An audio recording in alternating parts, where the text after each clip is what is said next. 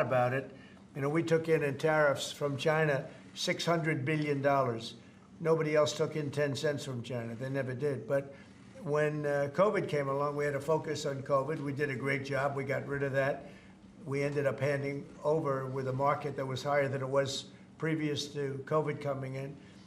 But this is very much about companies and countries that have ripped off this country, our beloved USA, and they're not going to be ripping us off anymore. So, you know, I think that has an impact on the market. Mr. President. Sir, this is a slate of nominees that's been prepared by the Presidential Personnel Office.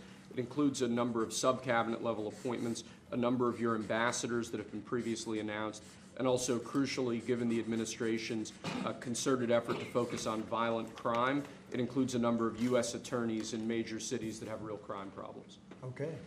Some very good people, too. Thank you, sir. And then we have a number of ceremonial proclamations that Lindsay Halligan is going to.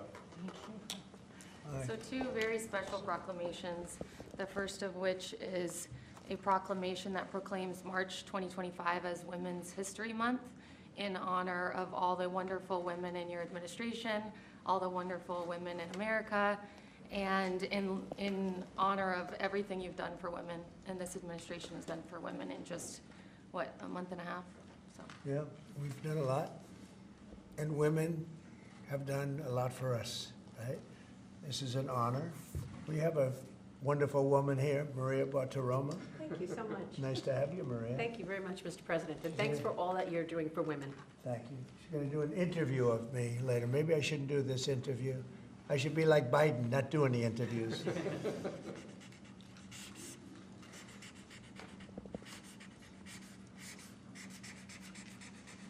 That's great.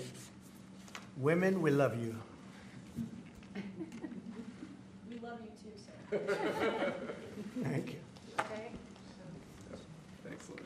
So the second one is a proclamation proclaiming March 2025 as Irish American Heritage Month in honor of, well, to commemorate our amazing friendship between America and Ireland, and to just honor all of the Irish Americans. And I'm a little bit biased because I'm American and Irish, but Good. Good. Well, great people.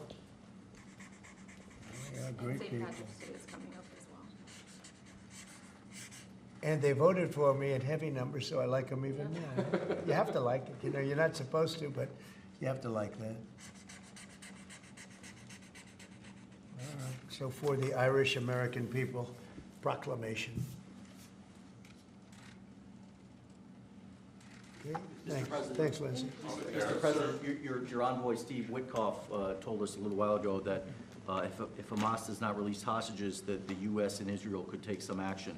What does that mean in your eyes? Is that military action? Would you join strikes with Well, Israel? you're going to find out. I had the honor of spending a lot of time yesterday with quite a few of the people that we got out, and I can't believe how badly treated they were, really badly treated. Stories that you wouldn't even believe. Some of it was documented, some of it was so bad you couldn't really, I don't think you can put it on. And it's a shame. And they said one thing, they have 59 hostages, of which many of them are killed. They want to know if we could just continue. They said without us, look, Biden wasn't able to get anybody out. We came along and they started releasing. But we have 59 left, of which 24 are living. The rest are dead. And I put out a statement. It's sort of self-explanatory, I think. But somebody's going to have to get a lot rougher than they're getting. It's a shame. And those 24 that are living, because they were with them just 2 weeks ago or 3 weeks ago, depending on when they got out. But they said they're in very bad shape. You spoke today with your cabinet members and Elon Musk. I did. What did you tell them in regards to Elon Musk and his authorities to carry out actions? We had a great meeting. We had Elon and we had some of the representatives for the business reps. We also had most of the cabinet members, not all of them. It doesn't really pertain to all of them, but many of them. And I thought it was a really good meeting. It was about cutting because we have everybody knows the country's way out of control in terms of the number of people. We have many people that don't work. We have many people probably that aren't even living that are getting checks. And we're finding all of that out, and it's being reported. We're going to save hundreds of billions of dollars. We've already saved a lot. And parts of it are contracts that are expired that we're paying on. Many crazy things that, you know, you can see it happening. It shouldn't happen, but you can see it happening. You see a lot of it being put out. But the other thing I think most important for today, I want the cabinet members to keep good people. I don't want to see a big cut where a lot of good people are cut. I want the cabinet members to keep the good people, and the people that aren't doing a good job, that are unreliable, don't show up to work, et cetera, those people can be cut. So I had a meeting, and I said, I want the cabinet members, go first, keep all the people you want, everybody that you need. And it would be better if they were there for 2 years instead of 2 weeks, because in 2 years, they'll know the people better. But I want them to do the best job they can. When we have good people, that's precious. That's very important, and we want them to keep the good people.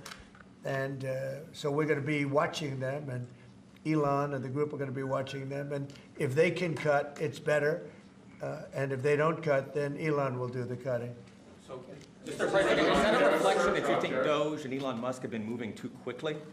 No, I think they've done an amazing job. They've done an amazing job, and look at what they found. I read it the other night in the speech. I mean, they found these things where billions of dollars has been poured down the drain to things. That's not about people, that's about contracts where billions and billions of dollars was just thrown out the window. It probably got kickbacks.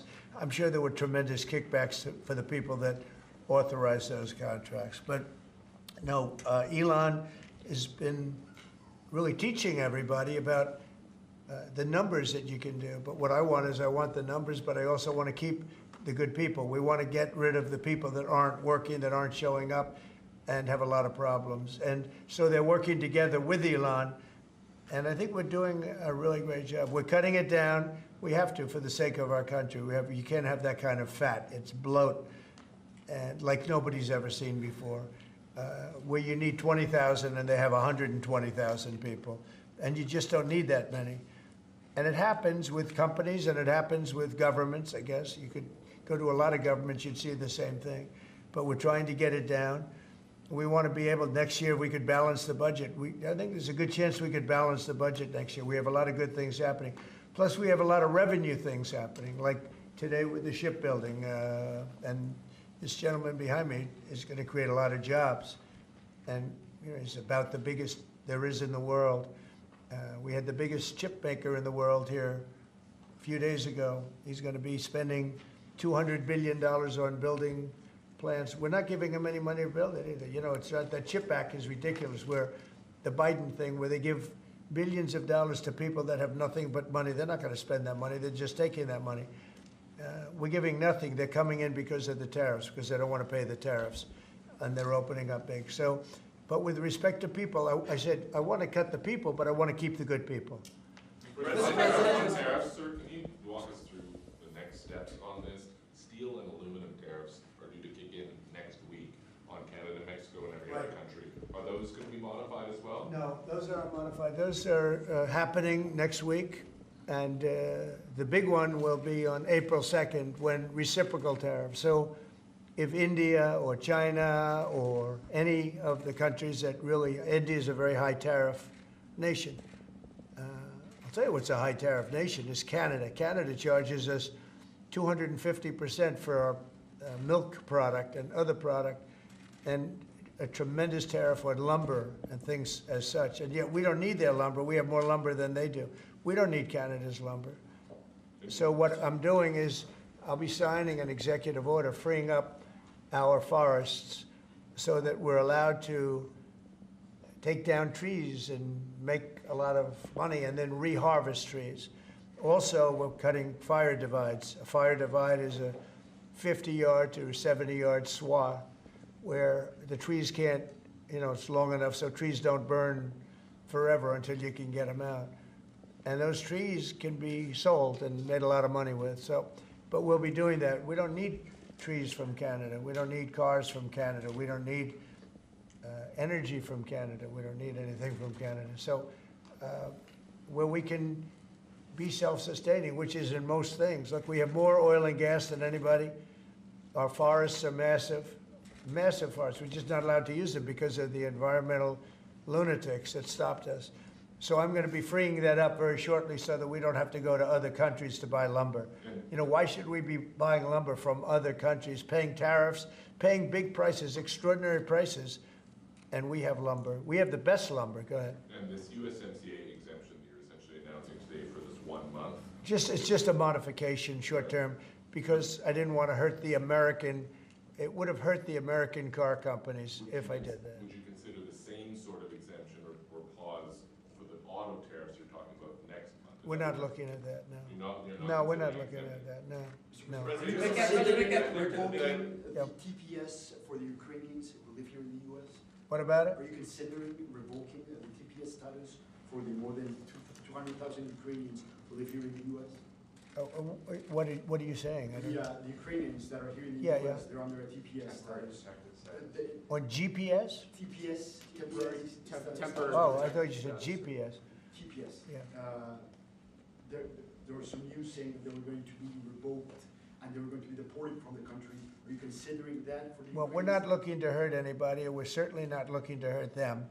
And I'm looking at that, and there were some people that think that's appropriate and some people don't, and I'll be making a decision pretty soon, okay? President Trump said. But we're not looking to hurt them, President Trump said especially Ukrainians. They've gone through a lot. Yeah, Peter? the clocks are gonna spring forward on Sunday. When are you going to get rid of daylight savings time? Okay, are you ready? So, this should be the easiest one of all, but it's a 50-50 issue. And if something's a 50-50 issue, it's hard to get excited about it.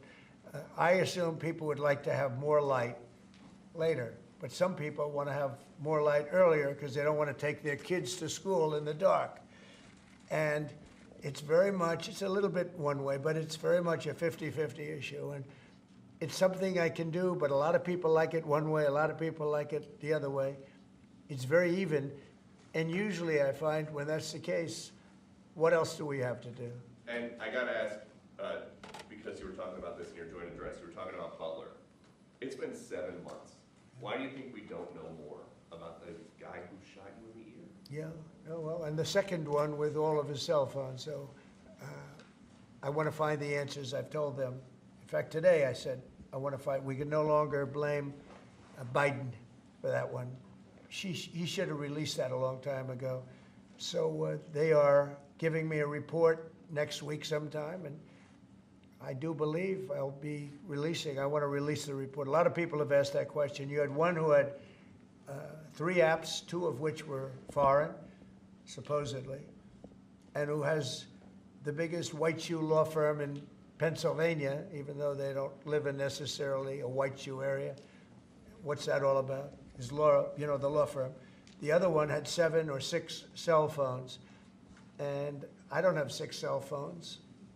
And why would somebody have 6 cell phones? So we're going to be releasing a report on that soon, Peter. But based on what you're saying right there, the lack of information and Yeah. the data points that you just gave, does that make you think that there's some part of that there's some bigger? It could be. Well, it makes other people think that. It makes me think it a little bit too. I say, when you have 3 apps and 2 of them are foreign, and you had an FBI that wouldn't report on it, they didn't want to say why, I would say that could be suspicious. And then on the second assassin, you had, you know, and by the way, I have to tell you, Secret Service did a great job on that by spotting him. But on the second one, he had 6 cell phones. That's a lot of cell phones. And a couple of them had some strange markings on them. So, yeah, I want to find out, and I would be willing to release it. I mean, maybe there's a reason that we shouldn't, so I don't want to get too far ahead of my skis, but yeah, I would be very willing to release that. I'd like to see it. I want to see it myself, Peter. Not only you, I want to see that one myself. Mr. President, May I? Yes. President Macron yesterday said that France was ready to offer its nuclear protection to other European countries. what do you make of it? And in this case, would the US also maintain a nuclear umbrella for European countries? Well, France is also willing to put soldiers into Ukraine for safety reasons if we can get it. I will say that we've made a lot of progress with Ukraine and a lot of progress with Russia over the last couple of days. And it'd be great to bring that to an end so we don't have to talk that way about nuclear. It'd be great if everybody would get rid of their nuclear weapons. You know, we have Russia and us have by far the most. China will have an equal amount within 4 or 5 years. And it would be great if we could all denuclearize, because the power of nuclear weapons is crazy. It is crazy.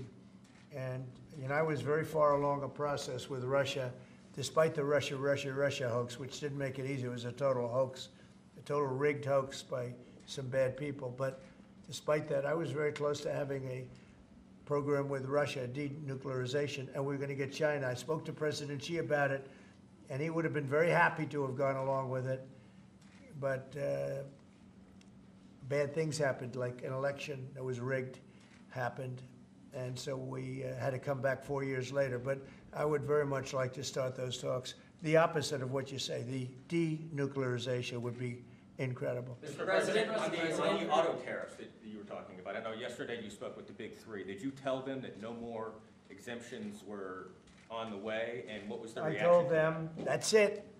This was a short-term deal. And they came back to me yesterday. They said, could we have some help on the tariffs because of the speed? And I said, look, I'm going to do it, but that's it. Don't come back to me after the April 2nd. I don't want to hear from you after April 2nd. We're not going to be doing it anymore. I want to help them. What was the response? They didn't complain, but I helped them short-term during this short-term transition. April 2nd is going to be a very big day for America. Mr. President, my understanding is that the longstanding U.S. policy is that we do not negotiate with terrorists. So how did you come to the decision to send somebody from your team to negotiate with Hamas? We are having discussions with Hamas. We are helping Israel in those discussions because we're talking about Israeli hostages. And we're not doing anything in terms of Hamas. We're not giving cash. We're not giving $6 billion like you hear other administrations give. In fact, I got 59 hostages out, and we gave nothing. In 59, we gave nothing, not including what's going on with Hamas. I mean, I consider that something where we're helping Israel for the most part. We had a couple of hostages, as you know. We got a couple of hostages out, American hostages. Mr. President, But certainly, Peter, you have to negotiate. There's a difference between negotiating and paying. We want to get these people out. If you would have seen the people yesterday, maybe you did, I don't know, but if you would have seen them, the way they spoke about their captivity, it was unbelievable. It was terrible. Are you thinking about making any changes to NATO where a NATO country gets attacked, but they're not paying enough dues, so the United States doesn't defend them? Well, I've said that to them. I said, if you're not going to pay, we're not going to defend. I said that 7 years ago. And because of that, they paid hundreds of billions of dollars. I said, if you're not going to pay your bills, we're not going to defend you. And it also went for the attack. But if they got attacked, they said, well, does that mean you won't defend us? I said, are you current or are you delinquent? They said, if we were delinquent, would you? I said, nope, I would not. And because of that, as you know, hundreds of billions of dollars came into NATO. You wouldn't have NATO right now if I weren't there. And your previous Secretary General has said that. He said he's never seen anything like it. When I came to NATO, when I first had my first meeting, I noticed that people weren't paying their bills at all. And I said I should wait till my second meeting, and I did. And I brought that up. And I said, if you don't pay your bills, we're not going to participate. We're not going to protect you. And when I said that, as soon as I said that, it was amazing how the money came in. The money came in, and now they have money. But even now, it's not enough. It's really not enough. They should be paying more. Mr. President, question on the investment, sir. You've overseen about $2 trillion worth of domestic private sector investments come in just about 2 months. This is the newest one. It comes after your announcement of a new shipbuilding office at the White House during your joint session to Congress. Can you talk about why this is important, not only for national security, but to continue the renaissance of domestic manufacturing? Well, we have to maintain a strong country. We have to maintain, we want to pay off debt. We have a lot of debt, but that'll start coming off quickly when this all comes around. Look, we've been supporting the whole world. You mentioned NATO and you mentioned other things. We've been supporting the whole world. When I first came in, we were paying almost 100% of NATO. NATO it was crazy. We were supporting NATO. We were paying the bills for other countries. And yet those same countries, mostly European, the European countries were ripping us off in trade. They won't take our cars. They wouldn't take our agricultural product. They wouldn't take anything. Yet we were taking their cars by the millions, Mercedes and BMW and you look, Volkswagen, all of them. We were taking their cars. They weren't taking it. We were taking their farm products. They weren't taking ours. It was a total ripoff. And yet we were protecting them by giving them the money. And, that adds up to a bad number at the end of a lot of years. And that's what happened. And now it's time for this country to stop being ripped off. I had that done very much in the first administration, but then we had to focus on other things at the very end with COVID. And, but we had the greatest economy in history. We had the greatest economy in history. I think we're going to redo it here, but even better. And I wanted to do what we're doing now in the first term, but we had so many other things to do. We had to fix the border, which we did. We had to fix our military. We rebuilt our military. We completely rebuilt the military, only to watch Biden give so much of it away to Afghanistan, if you can believe it. It's not even believable. It's not even believable what he did. The damage that man did or that administration did to this country is frankly not even believable. And in particular, allowing millions and millions of people to come into our country. Many of them were murderers and drug dealers and gang members and people from prison for very heinous crimes. For him to allow those people into our country, and now we're spending tremendous amounts of time and effort. Nikki and Tom Homan, who's doing an unbelievable job, but we shouldn't have to be spending anything on that. We had the safest border ever. Now we have actually, as you saw, the numbers just came out, where we have actually the lowest numbers in the history of our country. But we shouldn't have had to do that. What we're doing now is we're looking for murderers. Can you believe it? We're looking for murderers because thousands of murderers, some about 50%, killed more than one person. One killed 5 or 7. And we're looking for those people right now. We shouldn't have to be looking for them. President Trump, on Peter's question, are you going to make that policy, U.S. policy, that the U.S. wouldn't defend NATO countries that don't pay? Well, I think it's common sense, right? If they don't pay, I'm not going to defend them. No, I'm not going to defend them. I got into a lot of heat when I said that. You said, oh, he's violating NATO. And, the biggest problem I have with NATO, I really, I know the guys very well. They're friends of mine. But if the United States was in trouble and we called them, we said, we got a problem, France. We got a problem, a couple of others I won't mention. Do you think they're going to come and protect us? They're supposed to. I'm not so sure. So With Japan, with Japan we have a deal, which is a very interesting one. And I love Japan. We have a great relationship with Japan, but we have an interesting deal with Japan that we have to protect them, but they don't have to protect us. Do you know that? That's the way the deal reads. We have to protect Japan. And by the way, they make a fortune with us economically. There's another case. But we have to protect Japan, but under no circumstances do they have to protect us. I actually asked, who makes these deals? Yeah, Peter? Well, so why stay in NATO at all? I view NATO as potentially good, but you gotta get some good thinking in NATO. It's very unfair what's been happening. Until I came along, we were paying close to 100% of NATO. So think of it. We're paying 100% of their military, and they're screwing us on trade. And when Zelensky inevitably comes back to the White House, what do you expect from him? And do you think you'll see him in the next time? Well, I think what's going to happen is Ukraine wants to make a deal because I don't think they have a choice. I also think that Russia wants to make a deal because in a certain different way that only I know, they have no choice either. Are you still thinking of going to Saudi Arabia and meeting with Putin about this?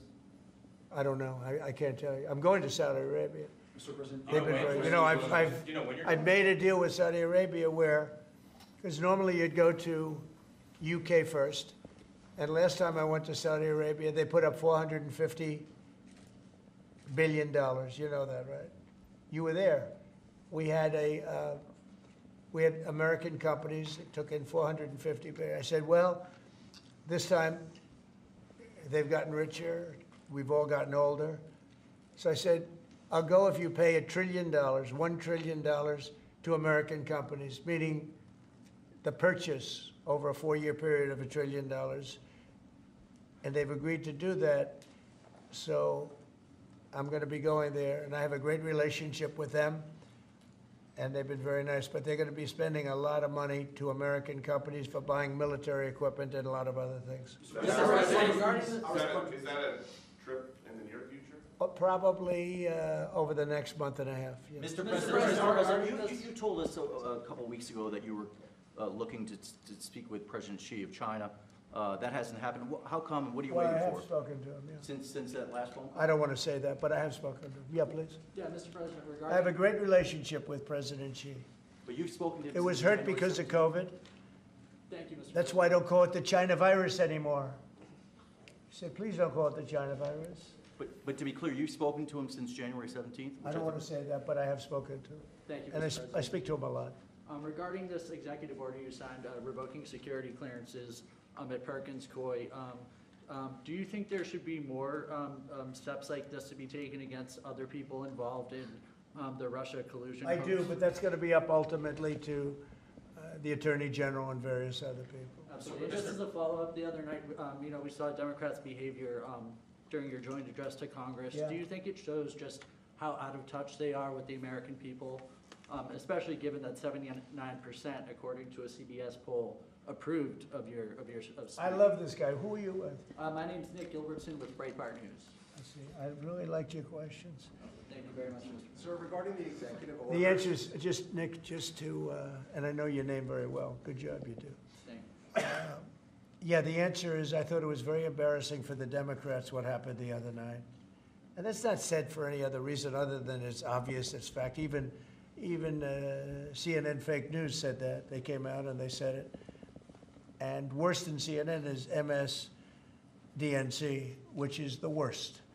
And the good news is very few people watch them anymore. They have lost such credibility. And frankly, what Nicole Wallace said, I've never been a fan of hers, and she's not very talented. But I'll tell you, what she said the other day about that young man is disgraceful. She should be forced to resign. And Rachel Maddow should be forced to resign. Nobody watches her anyway. I don't know if it's not possible they pay her as much money as I hear, but certainly she's lost all credibility, both of them.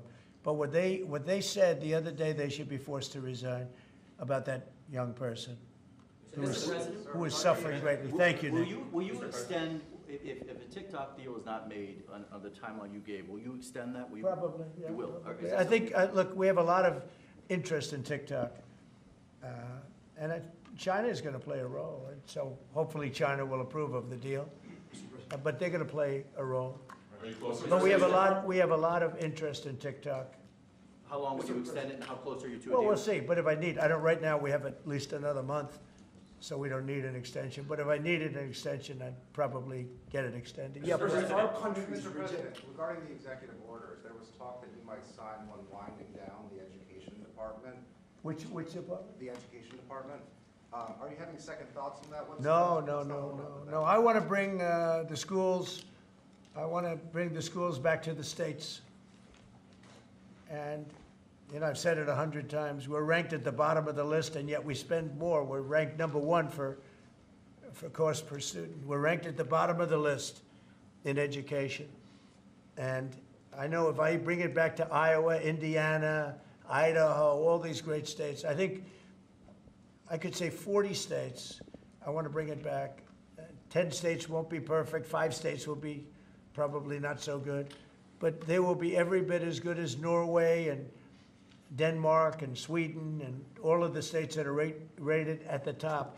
If you tell me about Indiana and some of these great states that run really well, Iowa, you tell me about those states, and if they run their own education, they're going to do a lot better than somebody sitting in Washington, D.C. that couldn't care less about the pupils out in the Midwest. When do you think that might be signed then? When would you sign that order? Well, I want to just do it. I mean, we're starting the process. We're trying to get the schools back into the states. Let the states run the schools. And I'll tell you, you'll see something, it's gonna blow your mind. It'll be run so well. The school system, and I also believe in school choice, but that will take care of itself. A follow-up to that, Mr. President, if the education department were eliminated, how would you see, sort of what department, what agency would handle student loans and the other types of That federal would be grants that brought the in, education yeah, that department? would be brought into either Treasury or Small Business Administration or Commerce. And we've actually had that discussion today. I don't think the education should be handling the loans. That's not their business. I think it'll be brought into small business maybe. Kelly really liked it and really would like to do it. So the loans would be brought into a group where they really do that. And I think it's, that is, by the way, the most complicated thing in moving, but it's very simple if you do that. And So the President, same for our like federal countries grants? rejected your plan to move out more than 2 million people out of Gaza. What's your reaction to that and to Egypt's plan and to this meeting that happened? Out of Gaza? Yeah. I think that Gaza's a mess, and I think that Gaza could be good.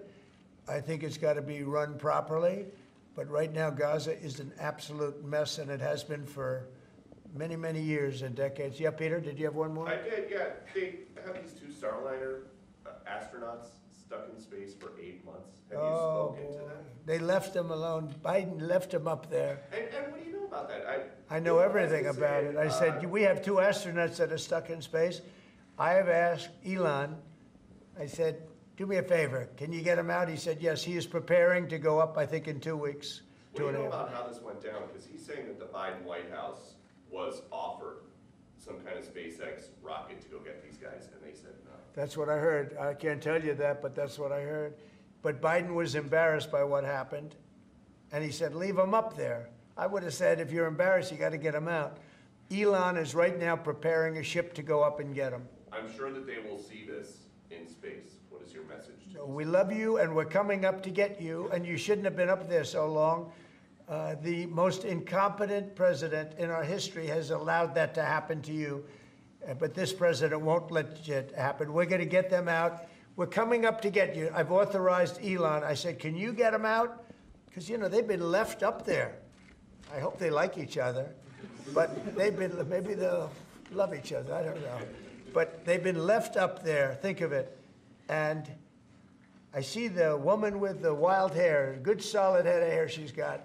There's no kidding, there's no games with her hair, but, and you know, there's a danger up there too. They can have some failures up there that would be very bad. You got to get them out.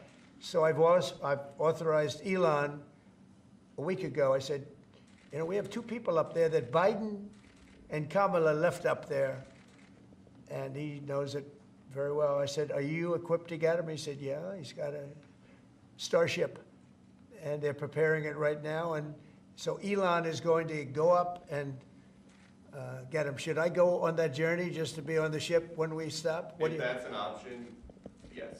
I should do it. Oh, that's terrible. I thought he liked me. I thought he liked me. I thought, Maria, should I do it? Well, you should then come. Stay here. Maria likes me better. She's, President Trump, you should then come back from space. well, oh, when they come back, I'll greet them. How about that? Mr. No, President, no, we're going to get him out. I've authorized Elon Musk to go and get him, and he's prepared to do so. Mr. President, what are you making of the market sell-off this week? I think it's What's just, driving it? I think it's globalists that see how rich our country's going to be, and they don't like it, you know? There's a big market out there. But again, they've been ripping off this country for years, and now, and they're going to do great. Everyone's going to do great, but we can't let this continue to happen to America. Otherwise, we're not going to have a country any longer. Thank you very much, everybody. Thank you, sir. Thank you very much. Great. Thank you, Nick. Great.